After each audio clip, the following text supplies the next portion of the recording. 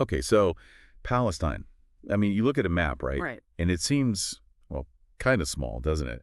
But the thing is, and this is what really gets me every time we dig into a new topic, the sheer depth of history. Like at a place like Palestine, it's just mind-blowing. And these sources we've got, especially this one, Echoes of the Past, wow, it just shows how incredibly layered and, well, complex his history really is. Yeah, no, you're absolutely right. What really hits you is the vast time scale, I mean, thousands of years, like the material lays out this almost unbreakable connection people have to this land, this one specific piece of land, even as everything else around it has, well, changed so many times. Empires rise, empires fall. Yeah, it's a powerful story to follow. It really is. Yeah. And listen, as we go through all of this together, you'll see that this is so much more than, well, just looking back at the past, right? Yeah. It's about understanding why things are the way they are today. So our goal, what we really want to do in this deep dive, is to pull out the most important historical stuff from all this information. Okay, so the very earliest people in Palestine, we're talking way back, right? Oh, yeah. Prehistoric settlements, that's what the sources indicate. And I mean, that's just incredible to think about.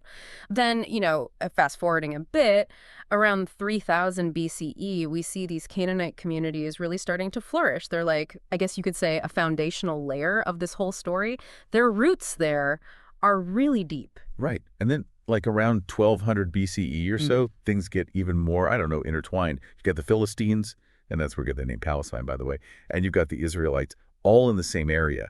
What's fascinating to me is how these ancient stories, they're so deeply woven into religious texts and narratives. I mean, they still shape how people understand the region, even now, thousands of years later. And what I think is really interesting is how these narratives, they're different stories, obviously, but they often intersect. They kind of influence each other. It suggests that there's this, well, long, long history of different groups interacting in a pretty small area, sometimes peacefully, sometimes not so much. And then, of course, we have the Kingdom of Israel emerging on the scene. Yeah, under King David and King Solomon, and Jerusalem becoming super important as their capital. This is huge for Jewish history and identity. Yeah. But as Echoes of the Past points out, when a powerful kingdom pops up, well, other powerful forces tend to notice. Yeah. And they don't always just sit back and watch, right? Exactly.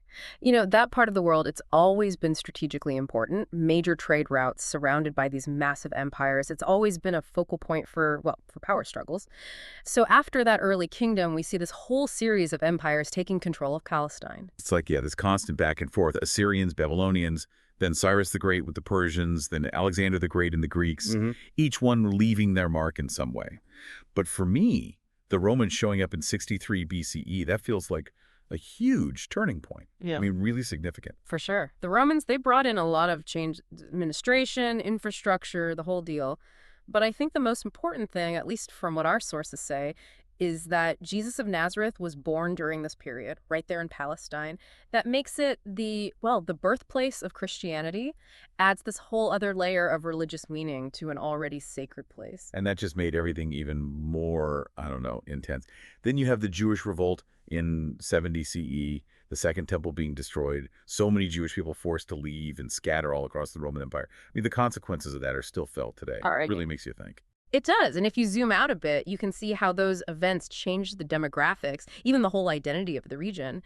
And then, the Romans in 135 CE, they decided to rename the whole area Syria Palestina. Makes you wonder why they did that, right? Maybe they wanted to downplay the Jewish connection to the land, especially after those revolts. Trying to rewrite history a bit, control the narrative. Which, as we've seen again and again, never really works out quite the way people plan, does it?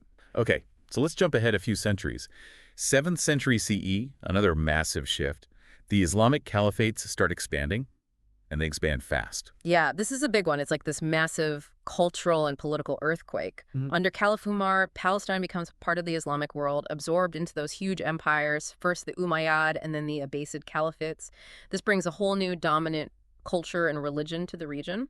Just so everyone's on the same page, a caliphate is basically this political and religious state ruled by a caliph who is seen as this successor to the Prophet Muhammad. And Jerusalem, which was already sacred to Jews and Christians, now becomes one of Islam's holiest sites, too. The Al-Aqsa Mosque, the Dome of the Rock.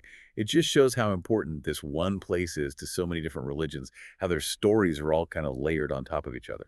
Absolutely. It speaks to the really deep historical and spiritual roots that all these communities have in the same territory.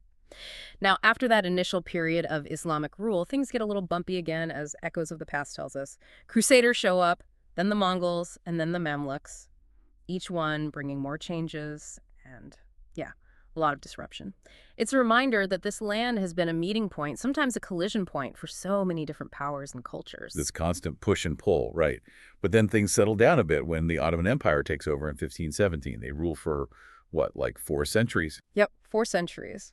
And for the most part, this period is seen as a time of relative peace between the different religious communities, Muslims, Christians, Jews, all living side by side within the empire.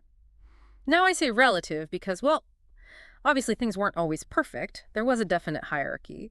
But the sources do talk about a degree of shared life, people interacting and coexisting. That is, until the Ottoman Empire starts to weaken and World War I throws everything into chaos. Yeah.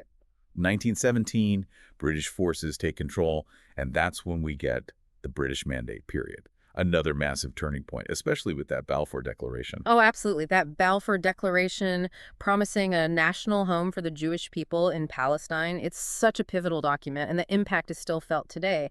But here's the thing, and it's important to keep this in mind. The British made that promise about a land that was already home to a large Arab population. That right there, there's two different visions, the promise and the reality on the ground. Well, that's the heart of so much of the conflict that would follow, tragically. And it did follow, didn't it? Between the wars, more and more Jewish people started immigrating to Palestine. A lot of this was because of, well, horrible persecution in Europe. They were looking for safety, for a home. But understandably, this created tension. The Arab population saw their land, their future, being changed by all of this. And you have to understand that's a key point. Our sources really emphasize how those demographic changes, along with the growing Zionist movement, created this feeling of instability, this sense that things were coming apart at the seams. The old order was breaking down. And then we get to 1947 and the UN partition plan. The idea was to divide Palestine into 2 separate states, one Jewish and one Arab, with Jerusalem under international control. But the Arab states, they weren't on board with that, were they? Nope. They saw it as totally unfair, Yeah. a violation of the rights of the Arab population, who were the majority in most of the land that was supposed to become the Arab state. And because of that, well, it set the stage for the 1948 Arab-Israeli War, right after Israel declared independence. And that war, as Echoes of the Past makes very clear, led to hundreds of thousands of Palestinians being forced from their homes. Al-Nakba, the catastrophe, that's what they call it. And it's not just a historical event, Yeah. The impact of that is still felt so strongly today. It's a wound that hasn't healed. That event, it reshaped the whole region, the demographics, the politics, everything. And sadly, it remains one of the biggest obstacles to peace. You can't understand what's happening there today without understanding that period, the human cost, the legacy of it all. Which brings us to, well, what our source calls Palestine today. Since 1948, it's been one thing after another.